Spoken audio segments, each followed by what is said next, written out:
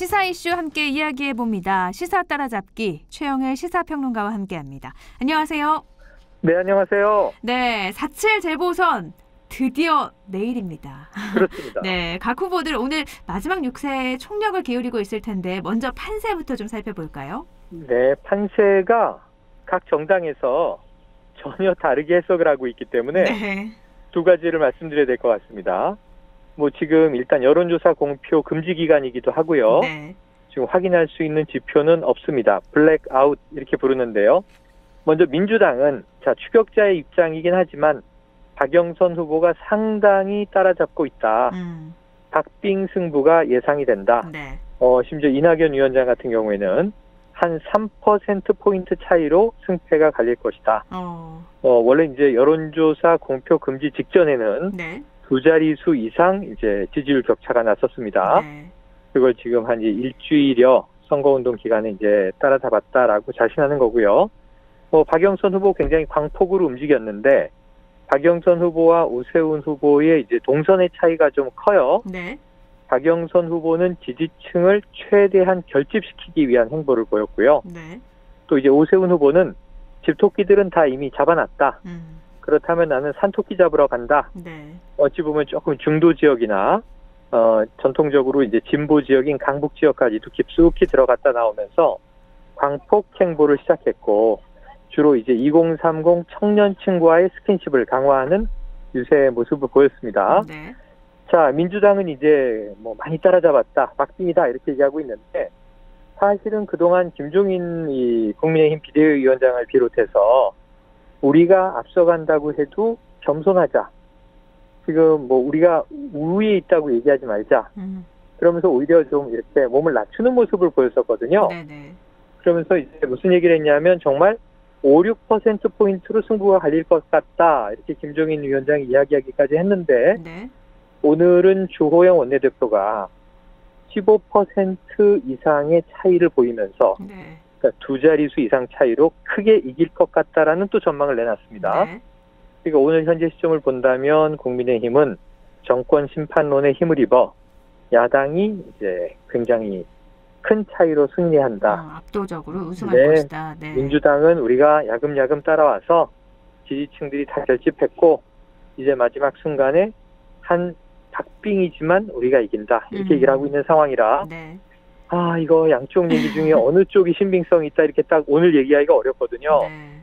내일 8시에 이제 개표가 시작되면 내일 자정 전후해서는 윤곽이 드러나지 않을까 생각을 해봅니다. 승패도 승패지만 민주당이나 국민의힘 그래도 좀 계속 여론조사에서 뒤처졌던 민주당 입장에서는 몇 % 나오느냐도 굉장히 중요할 것 같아요. 맞습니다. 네. 맞습니다. 숫자가 중요하죠. 네. 그런데 이제 여론조사에서는 상당히 좀 암울했는데 이렇게 계산하는 근거, 계산법을 말씀드려 볼게요. 네. 자, 이제 여론조사에서는요. 먼저 이번 투표 꼭 하시겠습니까? 그러면 특히 젊은 층을 중심으로 90% 이상이 반드시 투표하겠다 이렇게 얘기를 했어요. 네. 이게 맞으면 투표율이 90%를 넘어야 되는 거죠. 그렇죠. 근데 그런 투표율은 없습니다. 우리나라에. 네. 특히 이제 재보궐선거 사전투표가 역대 최고였거든요. 네.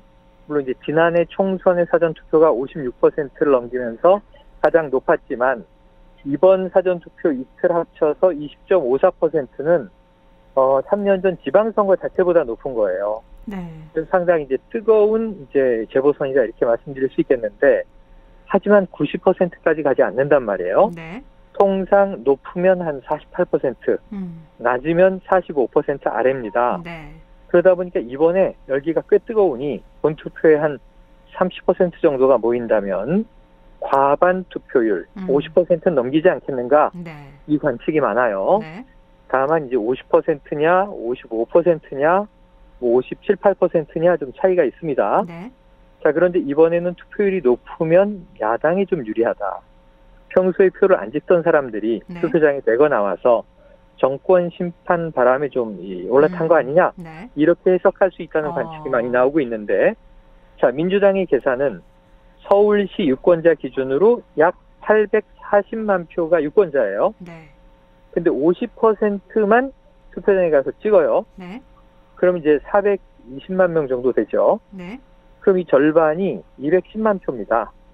그러니까 민주당이든 국민의힘이든 어디든 매직 넘버가 210만 표. 210만 표를 먼저 모으는 쪽이 이긴다. 그런데 지금 이게 조금 이 국민의힘에서 걱정하고 있는 점이 지금 이 서울시의 기초자치단체, 뭐 이제 구청장이라든가 기초의회라든가 이 민주당 의원과 자치단체장이 많거든요. 네. 그러니까 바닥을 저인망식으로 훑어서 민주당 지지층, 지금 조금 이제 유보하고 있거나 위축된 지지층, 이런 경우를 이제 샤이 진보라고 할 수 있겠죠. 네. 샤이 진보까지를 투표장으로 모아내면 우리도 승산이 없는 것은 아니다. 그러다 보니까 이제 이 집토끼, 아까 말씀드린 전통 지지층을 다 결집해보자. 이게 민주당의 셈법인 것 같고요. 지금 이제 보수는 좀 바람을 탔으니 이번에 네. 이제 20대, 30대 청년층, 보통 언제 우리 보수당이 청년층의 지지를 이렇게 기분 좋게 받아보겠는가. 그리고 또 중도 지역도 좀 공략해보자. 네. 이게 이제 오세훈 후보의 봄나들이 행보, 이 두 가지 중에 어떤 게 맞을지 오늘은 말씀드리기가 어렵겠습니다. 알겠습니다. 네. 오늘이 선거 마지막 날이잖아요. 유세 선거 마지막 날인데. 운동 마지막 날이죠. 운동 네네. 마지막 날이죠. 박영선 민주당 후보는 광화문에서 시작을 했고 오세훈 네. 국민의힘 후보는 구의에서. 네, 출마했다가 낙선한 광진구에서 하지 않았나요? 맞아요. 네네. 광진구가 과거의 본인의 지역구이기도 합니다. 네. 그런데 이제 지난해 총선에서는 고민정 의원에게 이제 패배한 바가 있죠. 네. 자, 그런데 이제 지금 박영선 후보의 행보를 보면 드러나는 점이 하나 있습니다. 오늘 이제 시작한 것 광화문 종로. 그런데 6411번 버스를 탔어요. 네. 이게 이제 작고한 노회찬 의원이 정의당 대표 연설에서 언급했던 그 버스고 네. 정말 눈물의 진정성 어린 그런 연설로 평가되고 있거든요. 그럼 이 버스를 왜 탔느냐? 지금 며칠 전에 심상정 전 대표가 좀 도와주면 좋겠다 이런 얘기를 했어요. 했었죠. 그러니까 왜냐하면 지금 민주당의 결집만이 아니라 이 소수 진보 정당의 결집. 사실 이 정의당도 한 3% 내외의 이 지지율은 나오는 정당입니다. 네. 의석도 6석이고요. 네. 그러니까 여기서 지금 이번에 이 후보를 못 냈지 않습니까? 그 대신에 민주당도 후보를 내지 말았어야 한다라고 비판하고 있는데 네. 그래도 이제 박영선 후보는 정의당의 지지율도 지금 아쉬운 거죠. 그렇죠. 예, 그래서 지금 뭐 이 우클릭을 하는 것보다 기존의 선거연대를 하면 같은 편이었던 정의당이라도 좀 도와줬으면 한 표가 아쉬운 상황에서 네. 그런 의미로 이제 6411번 버스에 탑승을 했는데 정의당은 단칼에 네. 자르지 않았나요? 정의당은 염치가 없다 네. 이런 입장입니다. 네. 네, 어디서 찾을 걸 찾아야지 이제 네. 이런 분위기라 네. 싸늘한데 근데 이게 박영선 후보에게 또 나쁘지만은 않아요. 왜냐하면 이것을 언더독 효과라고 해서 네. 자꾸 구애를 하는데 여기서도 찬밥 저기서도 찬밥 얻어맞고 눈물 흘리고 하면 동정 여론이 생기거든요. 또 그렇군요. 네. 예, 참 열심히 하는데 그래서 지금 오세훈 후보는 기세등등인데 이걸 이제 밴드웨건 효과, 네. 우리가 흔히 악대 차량 효과다. 퍼레이드 할 때 쿵짝쿵짝 하는 차량처럼 네. 신나서 막 달리고 우리 지금 잘 나가요 하면은 유권자들이 저희가 잘 나가나 보다 그러고 쏠림 현상이 생기게 되고요. 네. 또 언더독 효과는 이렇게 불쌍해 보이면 이 후보는 좀 도와주고 싶어 해서 동정 여론이 생기게 되는데 이번에 명백하게 오세훈 후보는 밴드웨건 효과를 이제 구사하고 있고 네. 박영선 후보는 이제 언더독 효과를 구사하고 있어서 그래서 계속 죄송하다고 네. 하는 걸까요? 그러니까 이제 민주당 지도부는 네네. 사죄하고 읍소하고 잘하겠다 하고 근데 이제 선거라서 그런 거 아니냐 이게 야당의 비판인 것이고 네. 지금 야당도 그렇게 자신만만할 때가 아니다 하는 게 또 이제 박영선 후보의 입장 거짓말쟁이가 서울시장이 되게 놔줄 수 없지 않느냐 이런 얘기고요. 네. 야 거기에 대해서 어제 3차 토론회 때 정말 두 사람 다 이제 격앙됐었죠. 그래서 오세훈 후보가 박영선 후보의 존재야말로 허구다 이렇게 얘기를 했는데 네, 존재 자체가 거짓말이라고 했어요. 네. 존재 자체가 거짓말이다. 이거는 센 말이거든요. 그렇죠. 그래서 몹쓸 말을 한다라고 박영선 후보가 깜짝 놀라기도 했는데 그러니까 이게 후보를 내지 않았어야 되는 선거에 후보를 왜 냈느냐. 그러니까 당신의 존재를 인정할 수 없다. 이런 의미로 해석은 되는데 문제는 이것도 조금 어폐는 있어요. 3차 토론까지 같이 마주 앉아서 공약도 비판하고 했는데 마지막 순간에 당신은 존재하지 않았어야 한다 이렇게 얘기하면 네. 그건 누가 또 가만히 듣고 있겠어요? 근데 오세훈 후보 입장도 이해되는 게 계속 거짓말쟁이라는 공격을 받다 보니까 또 이제 이 감정이 격앙되지 않을 수 없었던 거죠. 자, 하지만 어제 좀 훈훈한 모습이 있었으니 보셨겠죠? 이 정관용 사회자가 네. 좀 칭찬이. 오글거리지만 네. 서로에게 딱 1분씩만 칭찬하라 그랬더니 네, 네. 박영선 후보가 먼저 방송을 일찍이 시작하셔서 언변이 상당히 뛰어나시고 네. 패션 감각이 좋다. 그러다 보니까 스탠딩 토론을 선호하는 경향이 있고 오늘도 스탠딩으로 하자고 하시더라. 근데 이제 어제는 앉아서 진행을 했습니다. 네. 자, 오세훈 후보는 뭐 이제 이 여성 커리어 우먼으로 유리천정을 계속 돌파해 와서 다선 의원에 장관까지 벤치내시고 우리 딸들의 모범 사례다 이렇게 이제 한껏 축혀 올렸는데 네. 마지막에 그 결과 장관직까지 이제 던지시고 지금 이 자리까지 집념과 열정을 보여주고 계시다. 마지막에는 대성하시길 바란다 이렇게 얘기를 했지만 네. 이번에는 내가 이겨요 이런 분위기니까 이 집념과 열정이 이번에 좀 과도했다는 비판이 살짝 깔려 있는 거 아니겠는가? 네. 서로 어쨌든 훈훈한 1분짜리 덕담 속에 뭐 이제 넣고 싶은 가시들이 날이 서 있었다 이런 또 해석도 나오고 있습니다. 네. 어제까지 그러니까 세 차례에 걸친 토론회가 모두 끝이 났던 건데 네. 그러면 여야 후보에게 좀 유불리를 따진다면 어떻게 보세요? 이게 정말 뭐 누구의 승이라고 얘기하면요. 요즘에 악플이 엄청나게 날라와서 네. 제가 평가에서 승패를 얘기하지 않는데 좀 조심스럽군요. 하지만 네. 한 가지는 가능해요. 뭐냐면 저는 무승부라고 보는 것이 박영선 후보는 철저하게 오세훈 후보를 비호감으로 생각하는 자신의 지지층을 모으는 토론을 했습니다. 네.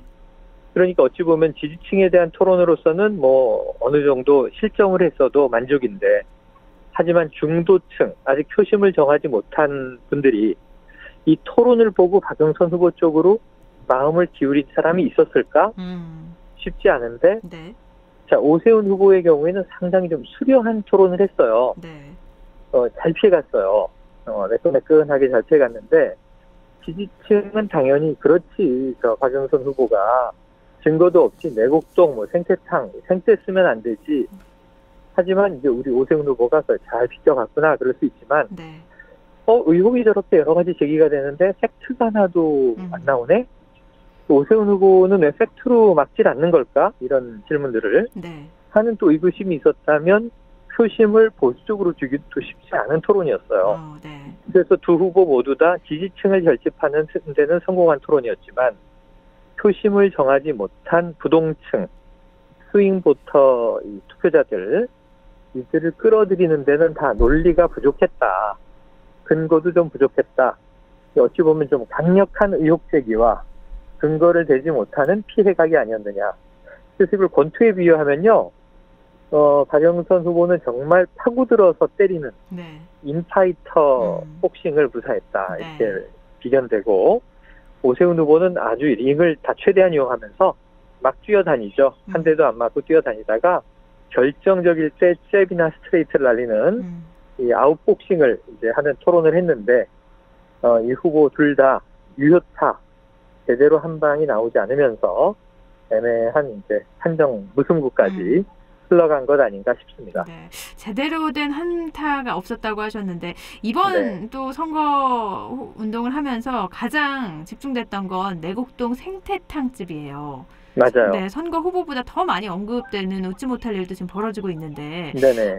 잠깐 짚고 넘어가면 이 생태탕집 아들이 원래 기자회견을 하려고 하다가 다 돌연 취소했잖아요. 네네네. 네. 그리고 나서 중앙일보와 그 이후에 인터뷰한 걸 보면 네. 또 말이 좀 바뀝니다. 네, 말이 좀 뭐냐면 달라요. 이게 이 TBS 라디오와 인터뷰할 때는 자 그때 오세훈 후보가 확실하다.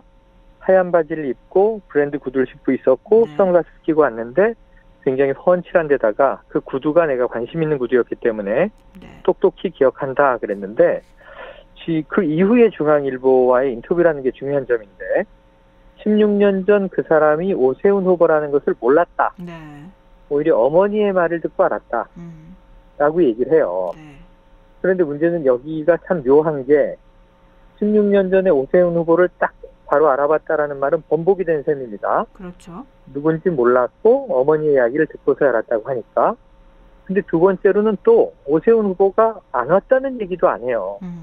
왔었다는 얘기예요. 네. 자긴 그 사람을 봤는데 오세훈인지 몰랐는데 어머니 얘기를 듣고 오세훈이라는 걸 알았다 그랬으니까 네. 결론은 또 왔다는 얘기로 귀결이 돼요. 그렇죠. 그래서 알아보진 못했는데 오세훈은 맞다. 이게 참 묘한 증언으로 또 이제 점점 변해가고 지금 어쨌든 중요한 건 본질은 무엇이 중헌디 이렇게 얘기하자면 네. 뭐 구두나 선글라스나 이제 생태탕은 아닙니다.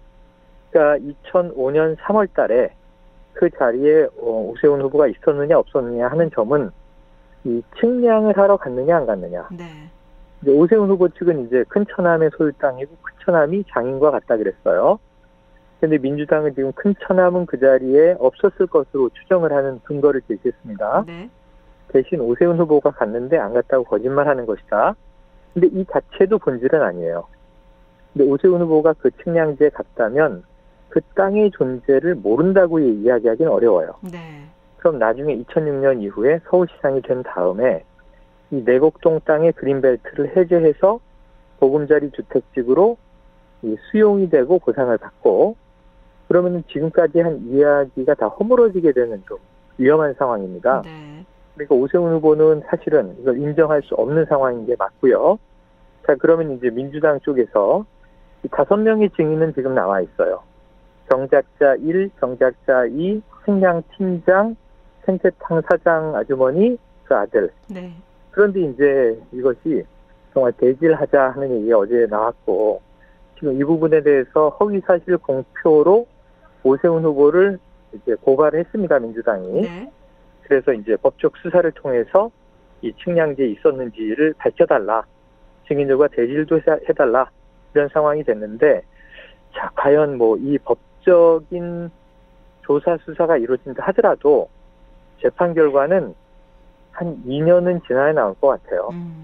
그러면 지금 이번에 내일 누군가 밤에 선출되지 않겠습니까? 네. 그러면 이제 1년여 잔여 임기고 내년 6월이 이제 지방선거가 또 와야 되니까 내일 당선되는 서울시장이 재선할 건지 아닌지가 또 내년에 확정될 거고 재판의 결과는 한참 후에 나올 것이라서 참 이게 막막한 상황입니다. 그러면 오늘 주목할 메시지 같은 것도 좀 있나요? 네, 오늘 이제 선거운동을 각각 마감하게 되는데요. 마지막 메시지를 자정에 주목해 보셔야 됩니다. 네. 오늘 이제 주무셔야 되니까 네. 내일 평일이고요.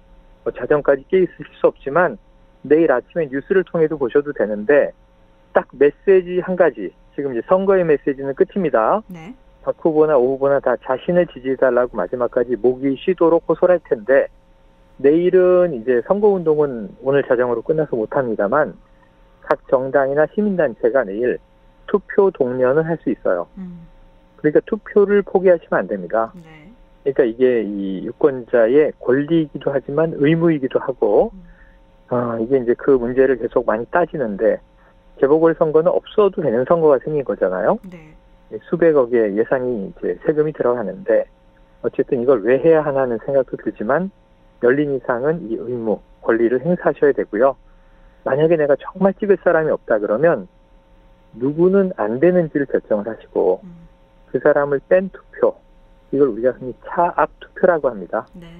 최선의 후보를 뽑으면 제일 좋은 선거가 되겠습니다만 정말 뽑을 사람이 없을 때는 절대 최선은 안 될 후보를 배제하는 방식으로 차압 투표라도 하시라. 그래서 이제 오늘 제일 중요한 메시지, 내일 하루는 투표 동료 운동이고요. 최종 투표율에 따라서 이제 여야의 또 유불리와 승패가 갈릴. 이번 선거는 이 투표율이 높으면 야당이 유리할 것 같습니다. 투표율이 낮으면 여당에게 유리할 것 같습니다. 네.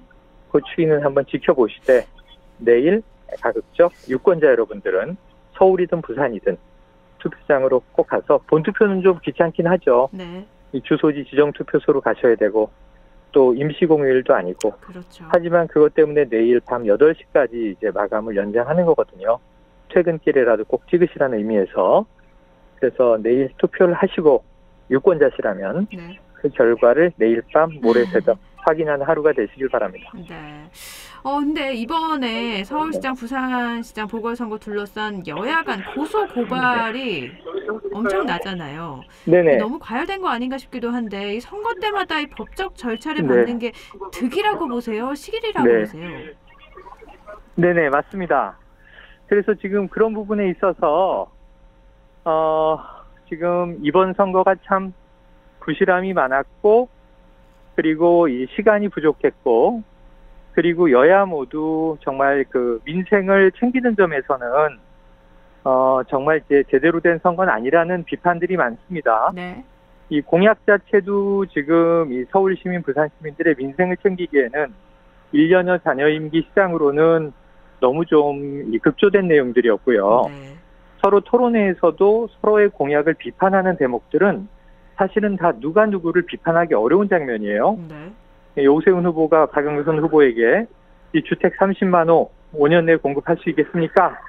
그러는데 오세훈 후보는 또 36만 호 공급 약속을 했단 말이에요. 네. 물론 이제 한쪽은 공공임대주택, 한쪽은 이제 민간주도, 재건축, 재개발 다 완화, 규제 해소 이렇게 좀 방식은 다릅니다만 물리적으로 이제 이루기 어려운 이야기들을 하고 있는 상황에서 제가 제일 안타까운 점은 이 서울시장, 부산시장은 행정가를 뽑는 겁니다. 근데 이게 너무 정치과잉으로 지금 승패 싸움, 전쟁이 돼 있잖아요, 전쟁. 네. 전쟁이 될 이유는 또 이유가 있죠. 왜냐하면은 이제 내년 3월이면 대선이기 때문에 여야 모두 대선 전초전의 기싸움에서 밀리지 않고 유리한 교두보를 확보하려는 정치적인 전쟁으로 이 선거가 이용되고 있는 거죠. 네. 그래서 저는 유권자들이라도 조금은 더 냉철하게 차가운 마음을 유지하시고, 자, 1년 동안 서울시장, 부산시장을 조금 소박하면 소박한 대로, 소소하면 소소한 대로 누가 시민들하고 소통을 잘하면서 사고 치지 않고 위기 관리를 잘할 수 있는 후보인가, 이 대목을 좀 보셔야 되는데 이번 선거는 좀 본질에서 많이 빗나간 말에 의해서 움직이고 있는 것 같아서 네. 조금 이제 아쉬운 대목도 큽니다. 이제 선거 결과 정말 내일 밤, 늦으면 모레 새벽에는 나올 텐데 네네. 선거 결과가 나온 이후에 정치권 상황도 또 요동치겠죠. 네, 엄청나게 요동칠 겁니다. 네. 이제 거기 지금 기다리고 있는 윤석열 전 검찰총장을 비롯해서요. 네. 자, 만약 이 경우의 수가 참 여러 가지예요. 서울, 부산을 다 야당이 탈환했다. 네. 이러면 야당의 기세가 엄청 올라가겠고 대선 준비로 막 몰려갈 겁니다. 네. 그런데 이제 서울을 마냥 놓치고 부산을 탈환했다. 그럼 요 김종인 위원장의 입지가 묘해요. 실패했다고 볼 수도 없고 잘했다고 볼 수도 없고, 네. 또 이제 뭐 서울은 찾아왔는데 부산을 뺏겼을 경우도 있고, 네. 1대1. 네. 만약 둘 다 놓치면 이제 김종인 비대위원장 바로 짐 싸서 집에 가시는 거고, 네. 그 다음에 아마 지금 막 이 승기를 잡아서 기세가 등등하던 국민의힘은 큰일 날 수 있고요. 그렇죠. 안철수 대표도 지금 상당히 심각한 상황에 직면합니다. 네. 이 상황은 아마 지금 야권은 가정하고 있지 않은 것 같아요. 하지만 이러나 저러나 차기 대권에서 제일 중요한 대목은 조직력도 중요하지만 이번 선거에서 보듯이 결국은 어떤 인물이냐도 중요하거든요. 네. 자, 야권이 이제 좀 어느 정도 정권 심판의 바람, 문재인 정부의 레임덕이 나타날 가능성이 높다는 전제하에 윤석열 전 총장과 어떤 합종연행을 할 것인가, 그리고 정말 그럼 야권의 대안은 윤석열 전 총장이 맞는가, 오직 유일한 존재인가, 네. 다른 대안과 함께 콜라보할 수는 없는가, 국민들이 원하는 게 끝까지 윤석열인가, 이런 여러 가지 질문들을 이제 아마 4월 중후반부터 던져보게 될 것 같고요. 네. 5월부터는 이제 야권을 필두로 해서 정계 개편이 시작할 텐데, 여권도 이번 선거에서 아마 패배가 결정이 된다면 상당히 남은 문재인 정부 기간 동안에 여러 가지 정책의 재검토와 함께 내년 대선에 대한 전략도 대대적인 대폭 수정이 불가피해 보이니까 네. 많은 또 이제 대권 주자들을 놓고 판도의 변화가 있을 것으로 보여집니다. 네. 어쨌든 저는 이 선거의 결과는 내년 대선까지 상당히 좀 후폭풍이 시끄러울 것이다, 이렇게 전망을 해봅니다. 네, 결과가 내일 나오니까 그 결과를 가지고 다음 주에는 그렇습니다. 정치권의 상황 또 짚어보도록 하죠. 그래야 되겠죠. 네, 알겠습니다. 오늘 말씀 고맙습니다. 네, 고맙습니다. 네, 최영일 시사평론가였습니다.